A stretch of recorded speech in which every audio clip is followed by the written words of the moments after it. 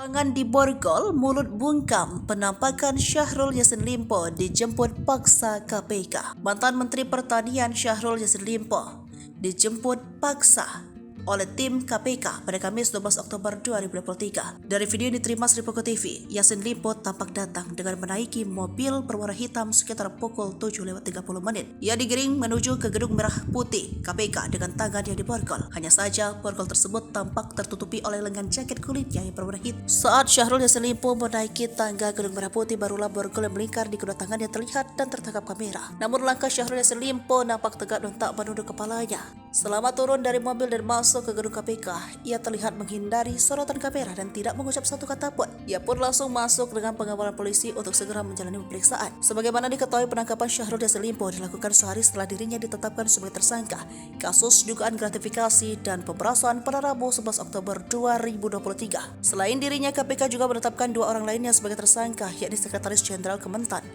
Kasdi Subagiono serta Direktur Alat dan Mesin Pertanian di Kementan, Muhammad Hatta. Terkait penangkapan ini, kuasa hukumnya Febri Diansyah bakal merapat ke gedung KPK. Febri pun mengaku bingung atas penangkapan paksa terhadap Syahrul oleh KPK. Padahal jadwal pemeriksaan terhadap kliennya itu sudah dijadwalkan akan digelar besok, Jumat 13 Oktober 2023.